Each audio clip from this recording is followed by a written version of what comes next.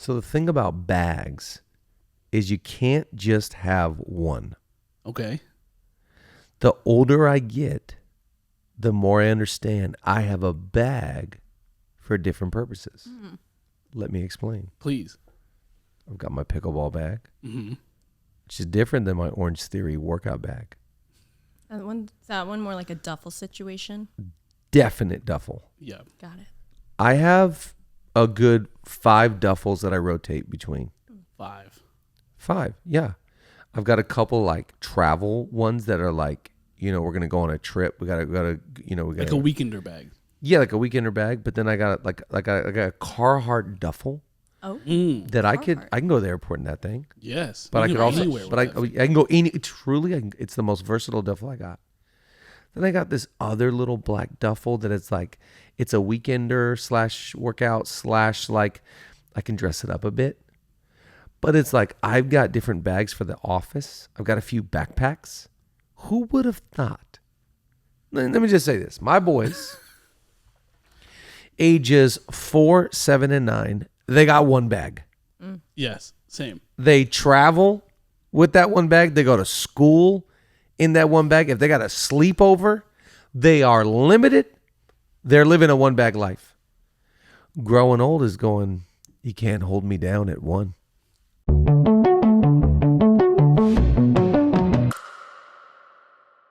Leadership Lean In. Welcome to episode number, are we at 98, guys? We are. Whoa. We are approaching, it is coming like a fast bullet train with Brad Pitt. Episode reference. 100 is coming around the corner. We are on the brink. We are on the precipice. We are on the edge, the cliff of 100 episodes. Crazy. What I've learned. By the way, just a heads up, leaners, we are going to be recapping like crazy. Big recap. 100 things we've learned in 100 episodes. I love it. Oh, we're pulling out gold from the great Chris Hodges. We're going back to our friend from Ryan Seacrest, Tanya Rad. Yes. I think we should, I don't know if everybody knows this. We've got a few unreleased pods that we did record that never went public. Wow. And they might still not. For reasons we cannot say live on television. Chad, you are not live, and this is not TV. We are approaching 100, and we are going to be just celebrating. We're going to be looking back. We're going to be learning. What did Chris Kane teach us? What did Israel Houghton teach us? Yes. Tomato. You choose your own adventure here, guys. We need a whole segment for Julia recaps. Oh, gosh. Julia has been besides the three of us, she's been on the pod the most. Absolutely. Yeah. We got some Rich Wilkerson Jr. content. We do. I'll never forget. Rich was episode number early. Yep. We were in the Bahamas together Wow. when that pod released. And I remember watching on Apple as that pod went top 3 all of religious spirituality Not real. when Leadership Lean In first came out. We were It was just a special time. But you know what? It's not about how you start, everybody. Can you get to 100 podcasts? It's like, yes, Joe Rogan's at 4,000, okay? So let's not be impressed with yourself here. It's taking you 5 years to get to 100. How hard do you work, bro? 4,000 3-hour-long podcast. Hit the Colin Coward. How long does it take you to get to 100? Stop. That's what I want to say. So we've got an event that we're going to be throwing for the 100th episode of Leadership Lean In. Details are going to be coming at you like a fast bullet train. Second reference.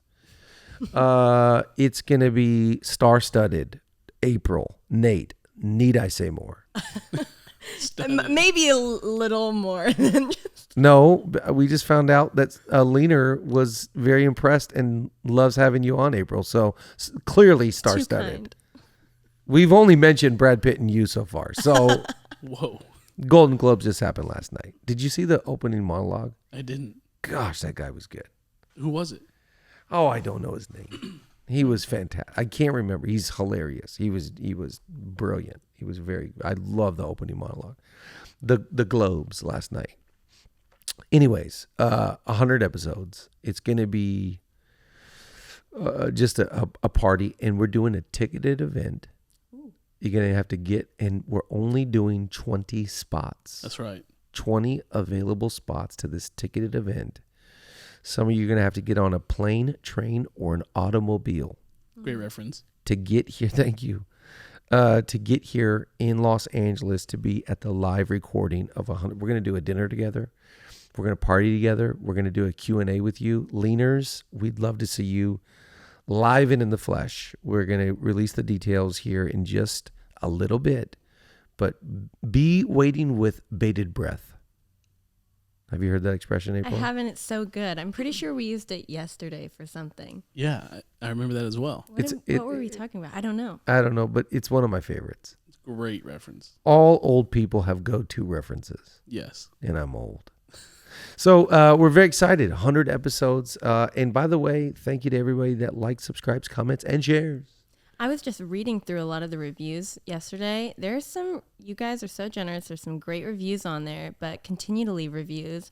I believe on Apple Podcasts, you can leave reviews, but I don't think you can on Spotify, right? You just do the stars. It's just the stars on Spotify. Right. Got it.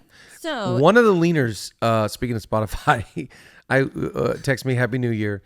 And he said, I'm moving my leaning over to Spotify this year. Whoa. So it could become my number one in the the year wrap up. That's commitment. So he's telling me he was on Apple. That's clearly, it's an Apple indication. And he's moving to Spotify just to be in the wrap up. Wait, I actually listen to music with the wrap up in mind now. Oh, totally. Right? You know, my number one, I would love to hear from you guys on this. My number one was Hillsong United. By far going away. Great. The new album I thought was just a masterpiece. So when it wrapped up for me, I sent all my screenshots, number 1 through 5 songs, number 1 artist, most listened to, blah, blah. I sent them all to Joel, and I just said, I just want to let you know that the last album that you did is probably your best work, and I could not get enough of it. And I just was letting him know how much it impacted my life. And he was like, this is the most encouraging text I've ever received. But I'm like, no, bro, to be honest, I could not stop listening to the last album. It was sensational. The Spotify wrap up is cool. I love it. Yeah. It's really cool. Yeah, really, sincerely. I love seeing everyone's. I love seeing mine, but I love going through that for that whole week. What is everyone listening to? But let me ask you a question. Was there something in your wrap up that you go, how did that get in there? We have kids, and so Okay, I'm like, it's okay. hijacked by my kids. Gummy bears is on. I'm like, are you kidding me? Bluey soundtrack. Yeah, Who did this? I'm taking this back over this year. So good. My 7-year-old is obsessed with the Matilda soundtrack. Did you watch I the haven't new seen Matilda? it yet. I heard it's guys, so good. oh guys, it's sensational. It's on Netflix, right? It's Better on than the Netflix. original? I want to say better than the original. Wow. It was unbelievable. And my 7-year-old, just the genius, he memorized all the lyrics the first time he watched it somehow. What? So he's listening to the soundtrack. He's word for word. It's unbelievable. So, by the way, who was your number one artist? I think it was Taylor Swift. The new album came out, and I listened to it on repeat. But the 100 shame in times. which you dispelled that information was astronomical. Nate. It was Bethel worship. Why are we saying this with such lack of confidence? In this? Yeah. Did you feel like I was going to crush you for T Swift and Bethel? I'm a fan of both, okay? Great. To go on record. Oh my gosh. Okay, today, let's jump in. Today, we are talking about stretching seasons. Mm. That's what you're in. When you start a year, what you're signing up for is lack of comfort. Mm-hmm. I'm on day, I don't know, 5 or 6 of the fast. The rest of I'm on day 6 or 7 because the rest of our church is on day 3. And I started a couple days early. I'm very excited, but I got to be honest. In December, I was so comfortable. Right. You think about the comfort level you live in December. It's the lights. It's the sonic, just the sound of the music. It's the blankets. It's the Matilda. It's the cookies. It's the ice cream. It's just a month of comfort. Living cozy. That's what it is. The last week of the year is the most comfortable week of the year. True. I want to talk about the social dynamics of the last week of the year. Okay. Because the last week of the year to me are all bets are off. Do whatever the heck you want to do. You want to get social? I mean, to each their own. You don't want to be social? You can watch 4 movies in one day. Everybody goes, it's inbounds. Yes. There are literally no rules for the last week of the year. Agreed. It's the best week of the year. Everybody's like, we love Christmas. I love the week after Christmas. Between Christmas, the day after Christmas, and the day before New Year's Eve, it's like it's purgatory. There's no name for it, but it is there like is. There's a name. There's a name, and I did a little bit of people were mentioning it. I guess in I like my this. Instagram I like where we're share going. I on like the what you're story. doing here. And way to add value. Some people, I guess it's called Twixtmas. Whoa. Twixtmas. I don't know What button for that? What button? Do call it. That's I don't know. Say it again. Twix. Twixtmas. I don't know get how I it, feel but about it. me I don't know neither. if I agree with it, but I'm glad to acknowledge it. This week is the best week of the year. Agreed. And you go straight from comfort into a decision of discomfort. Yes. And the reason why you're willing to have so much discomfort is because of the indulgence you just made in comfort. Yeah. You double down on comfort to go, I know I'm doing this because I know what's coming up. Yes. It's like the last meal before everything ends. It's like, okay, here's our last supper. Yep. Because I know what's about the cross before me. I'm about to go into, and so I love this because you can do anything in a season. I'll never forget when the one time I was able to preach at Saddleback Church. What a privilege, what an honor to be with Papa Rick, the great Rick Warren. And when you preach there, I'm guessing this is what he does with all guests. You go to his building. It's not on campus. He's built his own fortress. And you get to go into his library, which is like, eat your heart out, Harry Potter. And you get to go spend time with him. And he told me the secret to Saddleback Church's growth is campaigns. Because no one can grow just up and to the right. You got to do it in spurts. Yep. And I think that's all of us. It's very important for us to understand as leaders that you don't just grow all year long. You grow in 21-day increments, 40 days of purpose increments, a month. That's why I love the monthly challenges. That's right. Can you do this for 30 days? Can you walk this many steps? Can you drink this much water? Can you limit yourself on social media? Can you challenge yourself? And I think leadership is about accepting the challenge of saying, in this season, I'm choosing a season of stretch. Man, I'm having conversations I don't really like having. Yeah. I'm stretching myself. Man, I'm usually spending $5 every morning at the coffee shop. I'm stretching myself. I'm not spending this month. You've got to identify as you come into this year. Everybody can do it in January. Let's be honest. The whole world is in the gym right now. Yep. Totally. You need to identify a couple other times during the year when you will stretch yourself to grow. That's great. What are some other months? What are some other seasons? You can do anything for a season. So you got to understand the return on the investment of stretch. That rarely do you as a leader get so stretched and then go back to comfort. You're like, no, I know what eating healthy does. I know what going to bed does. That's I know right. what saving money. I know what being involved in the operations line at my organization does. I know what waking up early does. The more that you stretch and see its benefits, the more that you want to live a lifestyle. That's right. It becomes less seasonal and more just like, I want to live a lifestyle where I'm constantly trying to read books. Right. Yep. It's not January. I'm always trying to read. Yeah. So I want to give you a few things with this because I think it's very important. Number one, get uncomfortable. Comfortability and growth never exist together. Wow. You never see them coupled.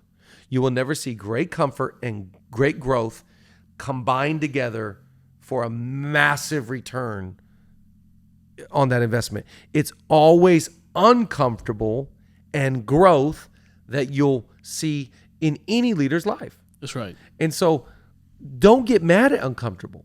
Embrace discomfort. Yep. It's what I love about, the ice bath thing has just gone Yes. Yeah. crazy. Yep. Seriously. We weren't seeing that 2 years ago. No. Maybe not even a year ago. It's been around for a while, but now it's like everybody's trying to put an ice bath in their backyard. And getting a It's a trough. whole thing.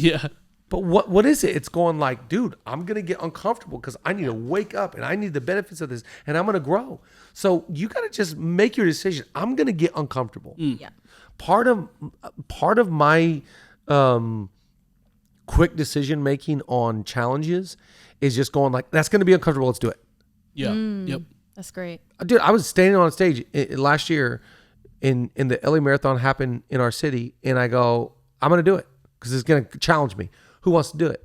So people raise their hand. It's not even about who's with me. It's I got to get uncomfortable. Yeah. You know, did I tell you what my next one is? No. I'm going to do the half, what's it called when you do the swimming, the biking, and the running? Triathlon. But I'm going to do the half one. Great. That's great. I don't know what it's called. But the reason why I did it, it was with a group of people and they're telling me about it. We're in Malibu and I go, yeah, I'm doing that. Easy. Because guess what? When's the last time I swam that long? Yeah. And then got on a bike and then trained to run. It's unbelievable. That's incredible. But you have to to me, it's about finding stuff where it's like, I'm going to read four books this month. Yep. I'm going to get up every morning. The other day I was at lunch with a friend and we were talking about, remember last June when we said we're going to get up every morning at 5 and we text each other at 5? Hey, I'm up. Are you? Yep. Let's go. Stretching season. That's right.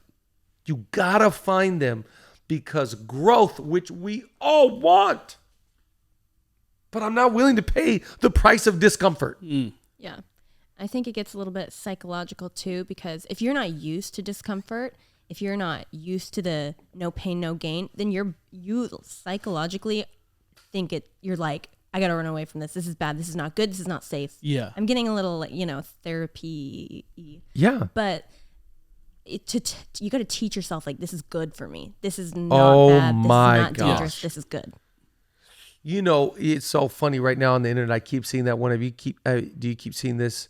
Some of you never sat at the dinner table for 3 hours and your parents asking you what 6 times 6 or, 6 times 8 or whatever. Yeah. And it shows. Yep. And it's like, I was raised in a house where we were challenged. We were challenged. You're going to go. I don't want to go there. No, you're going to go there.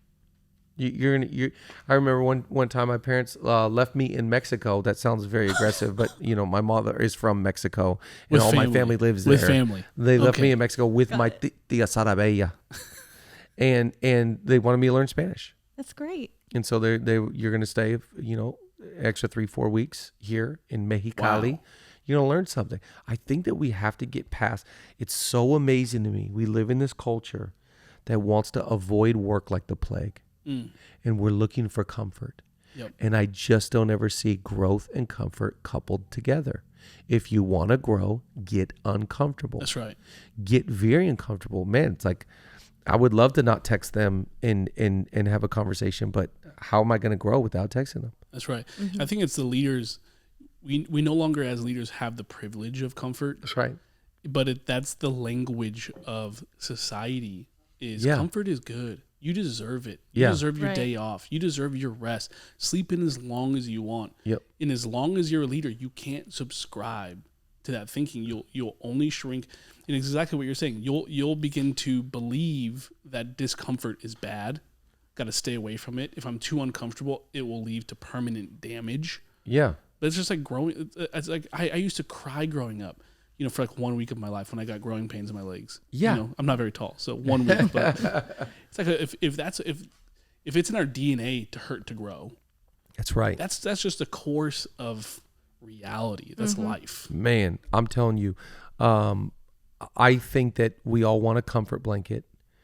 And the challenge for a great leader, in my opinion, is that most of us, we want to revert back to old comfort blankets. That could be people, that could be practices, that could be like levels of living, because it's so familiar. Yeah. And to forge ahead is to go into an unknown space. Yeah. And to go, I've never relied on these people. I've never been in this program. I've never been here before. And I'm willing to attempt new things. Even how about this? Make new friends. Wow. Think new thoughts. Yep. I heard yesterday, someone told me the average podcast listener listens to 8 podcasts a week. To me, the reason why you're a leader is you're trying to get information in your head to spark an idea to live at a higher level. I want to grow. So why are you listening to 8 podcasts this week? Because I want to grow. Yeah. I just want more. Okay, guess what? The growth happens when you put yourself and subject yourself to things that you've never done before. I've never been this transparent. Yep. I've never been this frugal. I've never saved like this, invested like this. Fill in the blank for you. But let's just start the year by going like, it's a year of discomfort. Great. I love that. Because this will be a year of growth if so. By the way, let me just say number 2, life is up to you. No one else is coming. No one else is going to live your life for you. I think so often a lot of people give the narrative of their life over to others. It's their fault why I'm here. It's up to them to rescue me. When they promote me, when they hook me up, when they invite me, everything's going to change. Fam, let me hook you up. Come on. Life is up to you. You are either going to make it happen or not. In the sense, when I say make it happen, I'm not saying like you're a self-made person, because I don't believe in that. It's not my theology. I do think that personally, I think that you need the grace of God in your life. Right. That's to me the 10 times better effect. But what I'm saying is, when it comes to getting uncomfortable, I am also reminding myself, you're the one that will grow or not. You make the decision to be kind. You make the decision to be strategic. You make the decision. It's the whole thing. It's like, no one is running my schedule but me. Right. No one's spending my money but Julia. That's it. I mean, me. Wait. No one else is coming to rescue you. It's up to you. Your life is a collection of your decisions. So can you make the decisions to set your leadership up for exponential growth? There's not a leader in the world that doesn't want to grow. Right. The growth that you're looking for, it's like, let's go old school. I'm looking at the man in the mirror, and I'm asking that guy to change his ways. The change that you need and the change that your whole table is craving is up to you. It's so good. No one else is holding your hand. Right. And I love that coming this new year. It's like, hey, buddy, you're the blessing and the burden. That's right. You're the solution and the problem. Right. So you're going to grow? What are you going to do? You going to cry? What are you going to do? I mean, be honest. What are you going to do this year? In frustration is going around the mountain time and time again, facing the same old problems, same old issues. And that's why I think whatever field that you're in, it takes an exuberant amount of emotional intelligence to tackle the issues that are in front of you, but furthermore, to tackle the issues that are within you. You got to get stronger. You got to get better. So I don't say it in a damning way. No one else is coming. I say it in an encouraging way. Yeah. Let's go. Yeah. And that's all I was gonna say. I'm like, that should empower you. That should encourage you. The solution to your problems, you have them. That's it. Yep. You know, it goes so well with the first point. You got to become uncomfortable and embrace discomfort and all that fun stuff. But at the end of the day, I don't know how we get here, but all of us have arrived here at some point going like, well, if just this thing happened, if just that thing happened, when we can realize we have so much. Yep.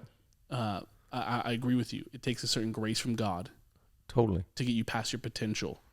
But if we're really honest, most of us aren't even close to the potential that is within inside of us. Yeah, I'm coming this year using that phrase probably more than ever, God-given potential. Because I think inside of every one of us is that God-given part. Potential is such a heavy burden to carry when it's underdeveloped, untapped. It's a burden. It's like, oh gosh, I know I could be better. I know I'm so much better. I know I'm supposed to be there. I know, and it's just like, oh, that's weighty. But it's like to me, I would liken it to sin. There's a difference between sinning and living in sin. Yeah. Yes, absolutely. Potential is kind of the same. Potential to me is like, it's a burden unless I'm trying my best to develop, to become the best, healthiest, greatest version of myself. Then potential is not a curse. Right. Potential is exciting. Yep. Right. I could potentially get this. I could potentially grow. I could potentially change. I could potentially figure this out. We could potentially make it happen. Yeah. It goes from being like punishment to opportunity. That's it. I heard someone say, potential becomes a swear word the less you realize it. Ooh. So it goes from like, man, they have so much potential to they had so much potential. Yeah. Yeah. It's like you just got to use it. And it goes back to stretching season. Can you tap into it? All right, leaners. Hey, we are excited because sponsoring this episode, we have HelloFresh. And with HelloFresh, you get farm fresh, pre-portioned ingredients and seasonal recipes delivered right to your doorstep. In fact, Pastor Chad and his family had some delivered right to him. Why don't you check out some of these voice memos that they sent over? Welcome to Leadership Lean In. Also, if you are ever in need of a fresh family meal where your kids can join in too, it's fun for all. Check out Fresh Meals. Is that what it's called? How did I do? Podcast voice. It's HelloFresh, Julia, but great try. Check it out. HelloFresh. We love you. Dad, I'm cooking the chicken for that one, and that's done. And with HelloFresh, you can skip the grocery store and you can count on HelloFresh to make home cooking easy, fun, and affordable. That's why it's America's #1 meal kit. I love that. I love that the Veaches are all cooking together as a family. Hopefully Clive's, I think maybe he's making like a chicken quesadilla or something. Hopefully that turns out good. I'm sure it will. But we've got a fun deal for you guys. So all you leaners, go to HelloFresh.com/lean21 and use code LEAN21. That's LEAN 21 for 21 free meals plus free shipping. I'm going to say it all again. Go to HelloFresh.com/LEAN21 and use code LEAN21 for 21 free meals plus free shipping. Absolutely. Hey, we hope you enjoy it. And you should tag us. Tag Leadership Lean In and tag HelloFresh. We want to see what meals you're cooking up. And we hope you enjoy them. All right, let's go back to Leadership Lean In. Let's go. The third thing I put down is give up to go up. In what can you give up? John Maxwell always says. I wish we had it. John Maxwell always says, the more responsibilities you have, the less rights you have. So the more you can go up, it's a collection of giving up. So I've lost the right to do this and I've lost the right to do that, and I don't get to. When I was a child, I talk like a child, but I don't get to be like a child anymore. Why? Because I got kids, and I got mouths to feed, and I got a household, and I got a mortgage, and I got employees, and I got a mandate, and I got to do this, and I don't have the right to do this, that, and the other. Why? Because I gave it up so I could go up. So good. If you want to go up, I was going to ask you the question, what do you need to give up then? Your bad attitude? Your rebellious tendencies? Your gossip? Your small thinking? Your insecurity? Could it be that insecurity alone is keeping you from going up? Jealousy, fill in the blank. It's all, we look at the C's of leadership, right? So we got character, we got competence, we got capacity, we got chemistry. What is it that's holding you down as a leader that you need to give that thing up so you can go up to the level you're supposed to be at? I do not think that you can hold the responsibility that you are currently at and have the right to indulge in what you used to be. Part of the stretching is going like, I can't go back to that old thing anymore. Wow. I can't talk like that anymore. I can't have that attitude anymore. Well, why? I went through a stretching season and I was stretched to a level I'd never been stretched before. And what I learned there, I'm just not going back to who I was 3 years ago. Great. I'm not going back. 6 months ago, life to me is this constant growth pattern of looking back 3 weeks ago and be like, 3 weeks ago, I was an idiot. Yeah. Right. Man, that guy 3 weeks ago, I had no idea what he was doing. But now, today, oh man, figured it all out. Genius. This guy's a genius. And then 3 weeks from now, yeah. That guy's an idiot. IQ just going up every week. But part of it is getting a little wiser, little bit more understanding, a little bit more insight, a little bit more revelation. Listen to some podcasts, read some books, watch the right TikToks. That's a key one right there. And And I'm better. I'm better than I was in December 1. Yeah. I am. I know that I am. Because of what I fed myself and then how I led myself.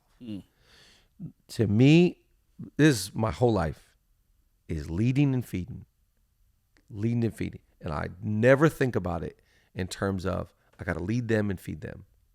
I got to lead me and feed me. That's right. So good. And as I do that, I know that I will have exponential growth.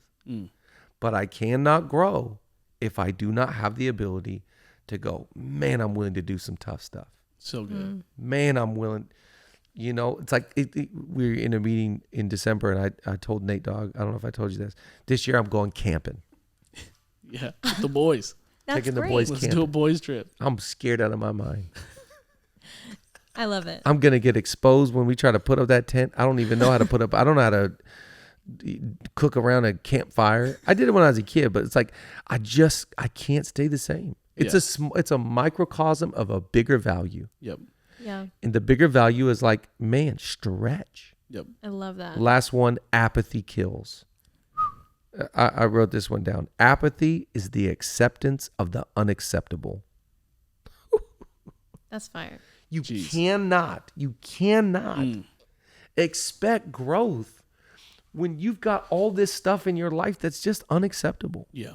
That thinking, that, that bill that you haven't paid, or that, I walk around my house and I'm just like, I'm a bulldog. With painters, we're getting the painters refresh. We got to fix this. Okay, let's backyard. Okay, this thing's broke. Owning a house, by the way, a lot of people want to rent because they don't want to fix stuff. Right. Owning a house is fixing stuff constantly. Every day. Yeah. Just walking around fixing stuff. Yep. Oh, we got a nick there. We got to do that. We got to do, but it's like, to me, apathy walks around the house and just goes like, oh, it's whatever. Yeah. We got 4 kids. It'll be fine. No, it's not fine. Yeah. We're going to clean the garage. We're going to get rid of this. We're going to clean out our closets. Let's vacuum. It's like kids go to bed. We clean it up. Yeah. We're cleaning. Why? That's right. Because apathy will kill you. Yep. Apathy will destroy, and apathy is accepting what is unacceptable. So my question is, what is unacceptable in your life that you have rolled over to and allowed? What you allow, what you tolerate, you will have to live with. It's like, I gotta live with this situation. I gotta live with this bad attitude. I think the reason why I'm a little bit of a stickler on addressing stuff is because I know it from leadership experience, what I allow to go unaddressed, I therefore am approving to live with. Yep. Yep. So to me, it is never about the moment. It is about fast forwarding the tape to the lifestyle I'll have to tolerate. That's right. Yeah. So if I allow this bad attitude, or allow this gossip, or allow this thinking, or allow the rolling of the eyes, or allow the fill in the blank, I am signing up to live with that. That's right. No, I'm not willing. So that's one example of apathy. But where does it play out in your life? Where do you see apathy messing with you? Because guess what? Let's go back. Comfort and growth Yep. are never coupled together. That's right. So I cannot be apathetic and growing at the same time. I think there's such a challenge for leaders. You become apathetic because you don't know you haven't acknowledged what's unacceptable. I remember this last summer reading James Clear's book, Atomic Habits. Bop, bop. Bop, bop. He talks about anyone who sets goals numerically, or you set a goal Yeah. that has, it's a result-driven goal versus an identity-driven goal. So he uses the That's it. example, one person sets a goal, I'm going to lose 40 pounds. They lose it, they gain it. Yep. Versus setting this goal as a value. I'm a healthy person. That's right. Yeah. So now what's unacceptable is very clear in your life. That's right. And apathy becomes a clear line instead of a blurred one. That's exactly Where right. before you know it, you've allowed things in your life that are unacceptable because it took you too long to identify them. Ooh. I think what you're hitting on right there is the big deal. Who are we becoming? Yeah. That's the bigger question in life. Who are you, like next year, this time, who will you be? Who are you becoming? And a great word that we use in leadership constantly, I was just, talking about the other day, is trajectory. Yeah. trying to have the ability to fast forward the tape. If I keep living my life this way, or I keep having these values, where does that lead me? Where does this take me? I'm always thinking this way. Where is this going? I had a great call yesterday for, over an hour plus with a friend of mine that's been up with us for every book and been a big part of our life, every project. The great Whitney Gossett, shout out. Whitney. Who I just think the world of. And we have been building for 10 years. Wow. Building. And we're talking about last year and what we did, and this year, what are we focusing on? But we never think about it like, New York Times bestseller, let's do it. Right. New York Times, we have to get it this year. No, it's like, yeah, this book did better than the last, and the last book did better than the last one, and Leadership Lean In's never done better. And we're thinking about, who are we becoming? We want to become a force of content and inspiration. And for me personally, I look at people like Pastor Jack Hayford, who just passed away this last week, and I go, I want to become a guy that like a holy, integrous shepherd that had no blemish or asterisk next to his name when he ended. How do I become a leader like that? Yep. How do I become somebody that when I was a kid, I looked up to and went, wow, look at what they were able to do. That's pretty, I understand it's God's grace, but man, they had to probably go through a lot. I think we have to always consider when we look at people that we admire, I think that one of the first things we should consider is, man, they went through a lot to get there. Yep. To do that. Yep. Right. In people that quit, or people that stop growing, I think they go, this was a bit too uncomfortable for me. It just got a little bit too hard. Yeah. And I just don't see the great leaders choosing the easy way out. That's right. It's why we respect, Shackleton. It's why I give my life to a guy named Jesus, because he just is like, oh, The hardest of circumstances. Seriously. It's just what I'm called to do. So there's a lot of identity. Who am I called to be? What am I called to do? And so I hope that this season, as you come into 2023, you're making, resolutions and goals, but I hope you're considering that comfort and growth will never be coupled together. And you could grow exponentially this year. It's just going to require like more water. Earlier mornings, probably. Yeah. Maybe some colder water. Maybe some tubs with ice, But make no mistake about it. The seed thought of growth is what gets us up in the morning to go, I think there's more. That's right. I think I can be better. I think I can grow. I think I can do it. I think there's more in store for me. That's what gets me up. I think there's more. I don't think we're done yet. I don't think we're done growing. I think we're just getting started. Come on. Leadership Lean In. Let's go. We'll see you on the 100 soon.